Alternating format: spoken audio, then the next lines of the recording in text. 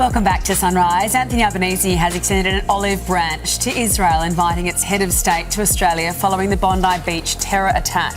President Isaac Herzog accepted the offer, stressing the need for strong legal measures to combat the rising threat of anti-Semitism. The visit would mark the first trip by an Israeli president since the October 7 attacks, as the Prime Minister looks to grapple with growing anger in the Jewish community. And for reaction to this news, we are joined now by Alex Rivkin, Co-Chief Executive Officer of the Executive Council of Australian Jewry. Good morning to you, Alex. Thanks for joining us this morning. How have you responded to this invite? It does feel like an olive branch. It does feel like part of that process now to start that healing. Well, when I first heard the news, I immediately thought of my murdered friend, Rabbi Lee Schlanger, who always spoke about the need for friends to reconcile, to put their differences behind them, to be the bigger person and reach out. And I feel like that's what's happened here. For 2 years, the relationship has been in decline. There's been some real ruptures in it. But at the same time, this is a long-standing, decades-old friendship between two countries. And sometimes it takes a tragedy like this to bring people together, to give that sense of perspective. And I'm glad that the Israeli president is coming. And I'm particularly glad for the families of the murdered and for the people still in hospital. They'll be buoyed by this. There are a lot of people who are doing it tough psychologically, physically, and to be supported in this way, to be visited from so far from across the world, I think it'll mean a lot to people.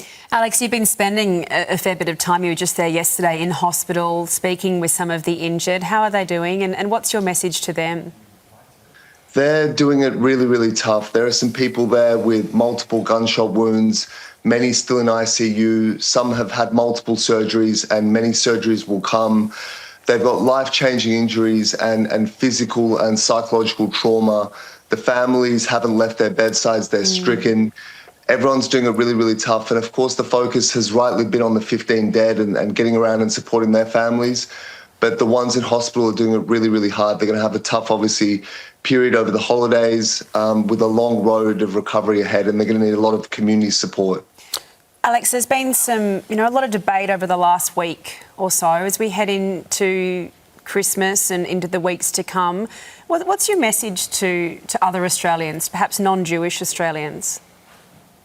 Look, we've seen the best and the worst of humanity, and I think for too long here in this country we were oblivious to the existence of evil, and we saw evil in its purest and most destructive form on that day. But we also saw individuals who ran to danger, who with their bare hands sought to distract the killers and who lost their lives in the process. We've seen incredible courage. We've seen the power of community to come together, Jewish and non-Jewish. We're all Australians. And what our ethnic origins are or our religious observances are, it's so immaterial. We're fundamentally good and decent people. And I think this has shown us for who we are. We've banded together. But we can't also ignore that there are evil people in our midst. We saw an examination of that. And we need to band together and marginalise those who wish to do us harm and destroy our way of life. It's really critical to the future of this country. Alex, very, very quickly, we know that the Prime Minister is resisting those calls for a royal commission. Have you had a chance to speak to him? We have, and we've pressed that point numerous times, and I find it really absurd that we even need to.